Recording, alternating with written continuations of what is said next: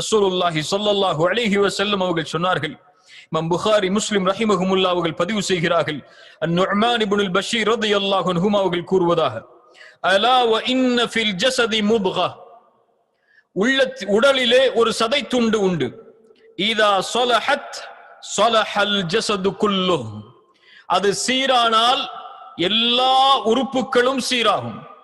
வ இதா ஃபஸதத், அது சீர்கட்டு விட்டால் ஃபஸதல் ஜஸது குல்லுஹு, எல்லாம் சீர்கட்டு விடும்.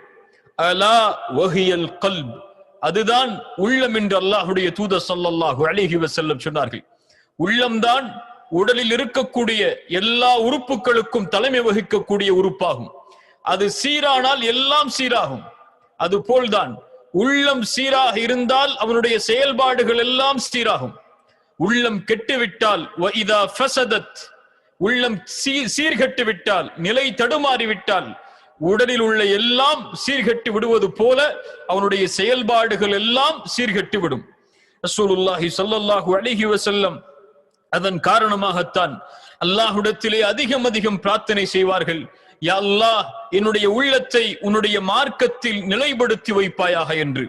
இமாம் முஸ்லிம் ரஹிமஹுல்லாஹ் அவர்கள் பதிவு செய்கிறார்கள், அப்துல்லாஹ் இப்னு அம்ர் இப்னு ஆஸ் ரலியல்லாஹு அன்ஹுமா அவர்கள் கூறுவதாக, அல்லாஹ்வுடைய தூதர் ஸல்லல்லாஹு அலைஹி வஸல்லம் சொன்னார்கள், ஆதமுடைய பிள்ளைகளின் உள்ளங்களை அல்லாஹ் தன்னுடைய 2 விரல்களுக்கு இடையே வைத்திருக்கிறான். ககல்பின் வாஹித், ஒரே உள்ளத்தை போன்று, யுஸர்ரிஃபுஹு ஹைது யஷா, அல்லாஹ் எப்படி நாடுவானோ அப்படி அல்லாஹ் ரப்புல் ஆலமீன் அதை திருப்பி விடுகின்றான் என்று கூறி அல்லாஹ்வுடைய தூதர் ஸல்லல்லாஹு அலைஹி வஸல்லம் பிரார்த்தனை செய்தார்கள். அல்லாஹும்ம முஸர்ரிஃபல் குலூப், உள்ளங்களை புரட்டக்கூடியவனே, என்னுடைய உள்ளத்தை புரட்டிவிடு, உன்னுடைய பாதையில் கட்டுப்படுவதன் பக்கம் என்று அல்லாஹ்வுடைய தூதர் ஸல்லல்லாஹு அலைஹி வஸல்லம் அவர்கள் பிரார்த்தனை செய்தார்கள். இந்த பிரார்த்தனை அல்லாஹ்வுடைய தூதருடைய பிரார்த்தனை மட்டுமல்ல, நபிமார்கள் எல்லோரும், குறிப்பாக நபிமார்களுடைய தந்தை அல்லாஹ்வுடைய ஹலீலுல்லாஹ் இப்ராஹிம் அலைஹிஸ்ஸலாம் அவர்கள் அல்லாஹ்வை அழைத்ததை அல்லாஹ் ரப்புல் ஆலமீன் சூரத்து ஷுஅராவுடைய 87 88வது வசனங்களில் அல்லாஹ் சொல்கிறான். இப்ராஹிம் அலைஹிஸ்ஸலாம் அல்லாஹ்வை அழைத்தார்கள், வலா துக்ஸினி யௌம யுபஅஸூன், யா அல்லாஹ், மக்களை ஒன்று சேர்க்கக்கூடிய நாளிலே என்னை நீ கேவலப்படுத்தி விடாதே. அல்லாஹு அக்பர். அல்லாஹ்வின் நண்பர் அல்லாஹ்வை அழைக்கிறார், அல்லாஹ்வை அழைத்து சொல்கிறார், யா அல்லாஹ், மனிதர்களை ஒன்று சேர்க்கக்கூடிய அந்த நாளில் என்னை நீ கேவலப்படுத்தி விடாதே. யௌம லா யன்ஃபஉ மாலுன் வலா பனூன், எதை நோக்கி நாம் ஓடுகின்றோமோ இந்த உலகத்திலே அவற்றை இப்ராஹிம் அலைஹிஸ்ஸலாம் சொல்லி சொன்னார்கள், யா அல்லாஹ், அந்த நாளில் மனிதர்களை ஒன்று சேர்க்கக்கூடிய அந்த மஹ்ஷரில் எந்த ஒரு செல்வமும் எந்த ஒரு குழந்தைகளும் பயனளிக்காது.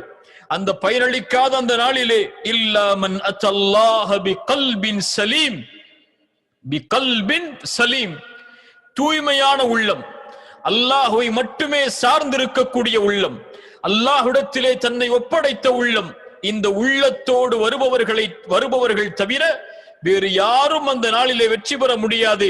எந்த ஒரு குழந்தைகளும் எந்த ஒரு செல்வமும் பலனளிக்காத அந்த நாளிலே எந்த ஒரு தூய்மையான உள்ளம் மட்டும்தான் பலனளிக்குமோ, யா அல்லாஹ், அந்த நாளிலே என்னை நீ கேவலப்படுத்தி விடாதே என்று இப்ராஹிம் அலைஹிஸ்ஸலாம் அல்லாஹ்விடத்திலே துஆ செய்தார்கள். கண்ணியத்துக்குரியவர்களே, எம்முடைய எதிரியாக முஃமின்களாகிய நாம் அறிந்திருக்கிறோம் எம்முடைய வெளிப்படையான எதிரியாக ஷைத்தானை. ஆனால் எமக்குள்ளே இருக்கக்கூடிய ஒரு மிகப்பெரிய எதிரியை, அல்லாஹ்வை விட்டு, அல்லாஹ்வுடைய தூதரை விட்டு, மறுமையை விட்டு, அல்லாஹ்வுடைய சிந்தனையை விட்டு, நரக பயத்தை விட்டு, சொர்க்கத்தின் ஆதரவை விட்டு எம்மை தூரமாக்கக்கூடிய ஒரு மிகப்பெரிய எதிரியை நாம் மறந்து வாழ்கிறோம். அது என்ன? உள்ளம்.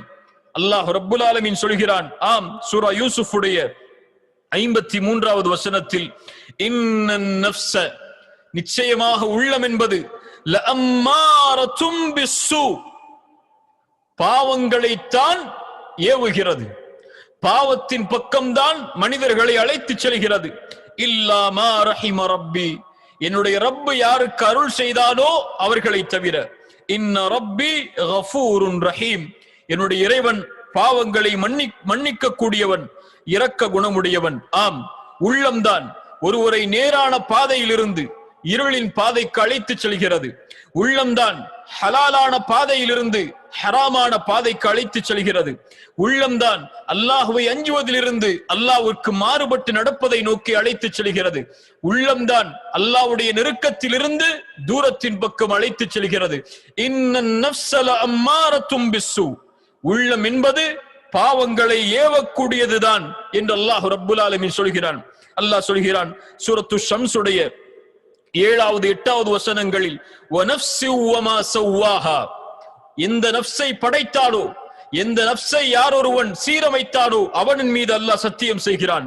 ஃபஅல்ஹமஹா ஃபுஜூரஹா வ தக்வாஹா, அதற்கு இறையச்சத்தையும் பாவத்தையும் அறியக்கூடிய ஆற்றலை யார் கொடுத்தானோ அவன் மீது அல்லாஹ் சத்தியம் செய்து சொல்கிறான், கத் அஃப்லஹ மன் ஸக்காஹா, யார் அந்த உள்ளத்தை சீரமைத்தாரோ, கத் அஃப்லஹ மன் ஸக்காஹா, அதை பரிசுத்தப்படுத்தினாரோ, அதை நிலை தடுமாறாமல் பாதுகாத்தாரோ, ஸக்காஹா கத் அஃப்லஹ், அவர் வெற்றி அடைந்து விட்டார், அவர் மேன்மை அடைந்து விட்டார்.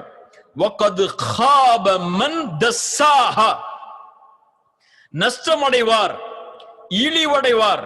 தஸ்ஸாஹா, யார் அதை புதைத்தாரோ, யார் அதை மூழ்கடித்தாரோ, எதில்? பாவங்களில், அல்லாஹ்வுக்கு மாறுபடுவதில், அல்லாஹ்வை அஞ்சி வாழாமல் இருப்பதில் யார் தன்னுடைய உள்ளத்தை மூழ்கடித்தாரோ, வகத் காப, அவர் இழிவடைவார், அவர் நாசமடைவார், அவர் அழிந்து விடுவார் என்று குர்ஆன் அல்லாஹ் ரப்புல் ஆலமீன் அவனுடைய புத்தகம் அல் குர்ஆனிலே சொல்லுகிறான். கத் அஃப்லஹ மன் ஸக்காஹா வகத் காப மன் தஸ்ஸாஹா. ஆம், மனிதர்களில் 2 கூட்டத்தார்கள் உண்டு. ஒரு கூட்டத்தார்கள் அவர்களை அவர்களுடைய உள்ளம் ஆட்சி செய்யும், அவர்களை அவர்களுடைய உள்ளம் ஆட்சி செய்யும். இன்னொரு கூட்டம் அவர்கள் அவர்களுடைய உள்ளத்தை ஆட்சி செய்வார்கள். இதில் முதலாவது கூட்டம் தோல்வியடையும். யாருடைய உள்ளம் அவர்களை ஆட்சி செய்கிறதோ அவர்கள், யாருடைய உள்ளத்தை அவர்கள் ஆட்சி செய்து போராடி அல்லாஹ்வுடைய அச்சத்தை கொண்டு, அல்லாஹ்வுடைய பயத்தை கொண்டு தூதருடைய வழியில் யார் நேர்படுத்துகிறார்களோ அவர்கள் கத் அஃப்லஹ மன் ஸக்காஹா, அந்த கூட்டத்தில் தங்களை இணைத்துக் கொள்வார்கள். அல்லாஹ் ரப்புல் ஆலமீன் சூரத்துன் நாஸிஆத் அல்லாஹ் சொல்கிறான், ஃபஅம்மா மன் தகா வஆஸர அல் ஹயாத் அத்-துன்யா, யார் வரம்பு மீறி அல்லாஹ்வுடைய பாதையை விட்டு விலகி உலக வாழ்வை தேர்ந்தெடுத்துக் கொண்டாரோ, ஃபஇன்னல் ஜஹீம ஹியல் மஅவா, அவர்களுடைய தங்குமிடம், அவர்களுக்கு அல்லாஹ் கொடுக்கக்கூடியது மறுமையில் நரகம்தான். அல்லாஹு அக்பர். இத்துணை ஆண்டு காலம் உலகத்திலே வாழ்ந்து இவ்வளவு சிரமப்பட்டு இந்த உலகத்திலே சோதனைகளை அனுபவித்த மனிதன் மரணித்ததற்கு பிறகும் அவனுடைய வாழ்க்கை நரகமாகும் என்றால் எவ்வளவு பெரிய இழிவது! அல்லாஹ் அந்த இழிவிலிருந்து ஒரு கூட்டத்தை பாதுகாப்பான். அவர்கள் யார்?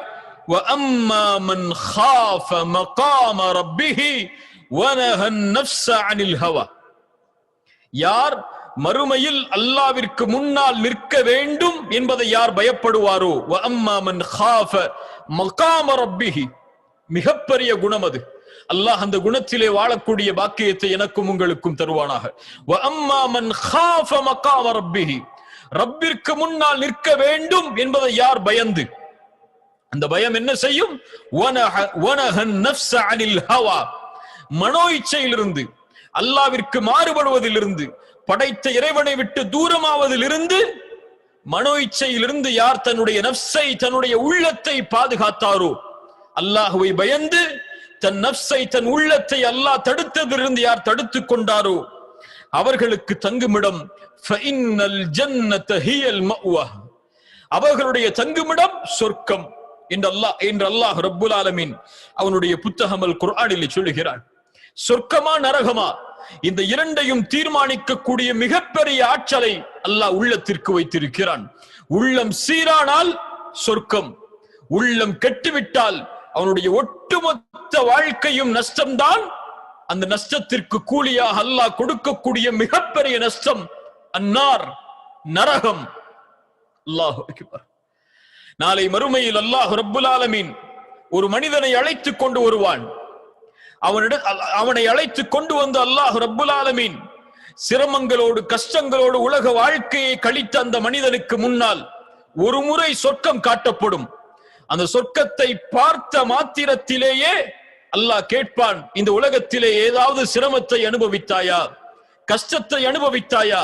அவன் பார்த்த சொர்க்கத்தின் அந்த பார்வையில் அவன் சொல்லுவான், யா அல்லாஹ், உலகத்திலே எந்த ஒரு கஷ்டத்தையும் நான் அனுபவிக்கவில்லை, எந்த ஒரு சிரமத்திலும் நான் வாழவில்லை என்று.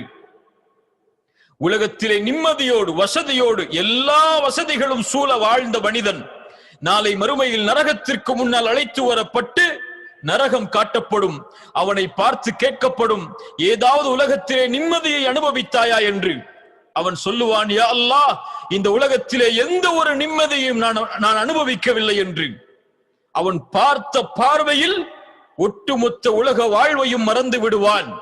சோதனைகளிலும் சிரமங்களிலும் வளர்ந்த ஒரு மனிதன் மரணத்திற்கு பிறகு சொர்க்கம் அவனுக்கு காட்டப்பட்டால் அவன் அனுபவித்த எல்லா சோதனைகளையும் மறந்து சொர்க்கத்தை ஆதரவு கொள்வான். இவனுடைய வாழ்க்கை வெற்றி, இவனுடைய வாழ்க்கை தோல்வி என்று அல்லாஹ் ரப்புல் ஆலமீன் அவனுடைய புத்தகத்தில் எமக்கு தரம் பிரித்து காட்டுகிறான். கண்ணியத்துக்குரியவர்களே, இந்த நஃப்ஸை அல்லாஹ்விடத்திலே வெற்றியை அடையக்கூடிய நஃப்ஸை, அல்லாஹ்விடத்திலே உறுதியை பெற்றுத்தரக்கூடிய நஃப்ஸை, பிகல்பின் சலீம், அல்லாஹ்வையே சார்ந்திருக்கக்கூடிய உள்ளத்தை பெறுவதற்கு குர்ஆனும் சுன்னாவும் எமக்கு வழிகாட்டுகிறது. அல்லாஹ் சொல்கிறான் சூரத்துல் ஹஷர் 18வது வசனத்தில், யா அய்யுஹல்லதீன ஆமனு தக்குல்லாஹ், ஈமான் கொண்டவர்களே அல்லாஹ்வை பயந்து கொள்ளுங்கள். வல் தன்துர் நஃப்ஸும் மா கத்தமத் லிகத், ஒவ்வொரு ஆத்மாவும் ஒவ்வொரு நஃப்ஸும் பார்த்து கொள்ளட்டும் நாளைக்காக எதை அவர்கள் தயாரித்து வைத்திருக்கிறார்கள். இந்த ஒரு கேள்வியை யார் தன்னுடைய நஃப்ஸை பார்த்து கேட்பார்களோ, தன்னுடைய உள்ளத்தை பார்த்து கேட்பார்களோ, அவர்களுடைய உள்ளம் சீர்பெறும், அவர்களுடைய உள்ளம் அல்லாஹ்வின் பாதையில் நிலை கொள்ளும். அல்லாஹ் சொல்கிறான், வத்தகுல்லாஹ், அல்லாஹ்வை அஞ்சிக் கொள்ளுங்கள். இன்னல்லாஹ ஹபீரும் பிமா தஅமலூன், நீங்கள் செய்யக்கூடிய எல்லாவற்றையும் அல்லாஹ் ரப்புல் ஆலமீன் அறிந்தவனாக இருக்கிறான் என்று. லுக்மான் அலைஹிஸ்ஸலாம் அவர்கள் சொன்னார்கள் தன்னுடைய மகனை பார்த்து, யா புனைய, என் மகனே, இந்த உலகத்திலே நீ பிறந்து விட்டால், உன்னுடைய தாயுடைய வயிற்றிலிருந்து நீ வெளியேறிவிட்டால், உலகத்திலிருந்து பிரிந்து மறுமையை முன்னோக்குகிறாய். நீ எதை நோக்கி முன்னோக்கி இருக்கிறாயோ அது உனக்கு அருகாமையில் இருக்கிறது, எது உன்னை விட்டு விட்டதோ அது உனக்கு தொலைவில் இருக்கிறது என்று சொன்னார்கள். ஆம், நாம் இந்த உலகத்திலே பிறந்தது முதல் மறுமையை நோக்கி சென்று கொண்டே இருக்கிறோம். இன்னொரு வாழ்க்கையை நோக்கி நாம் சென்று கொண்டே இருக்கிறோம். நம்முடைய உலக வாழ்வு நம்மை விட்டு தூரமாகி கொண்டே வருகிறது. எதை நோக்கி நாம் முன்னால் செல்கிறோமோ அதிலே உன்னுடைய கவனத்தை செலுத்து என்று லுக்மான் அலைஹிஸ்ஸலாம் தன்னுடைய மகனுக்கு அறிவுரை செய்தார்கள். அல்லாஹ்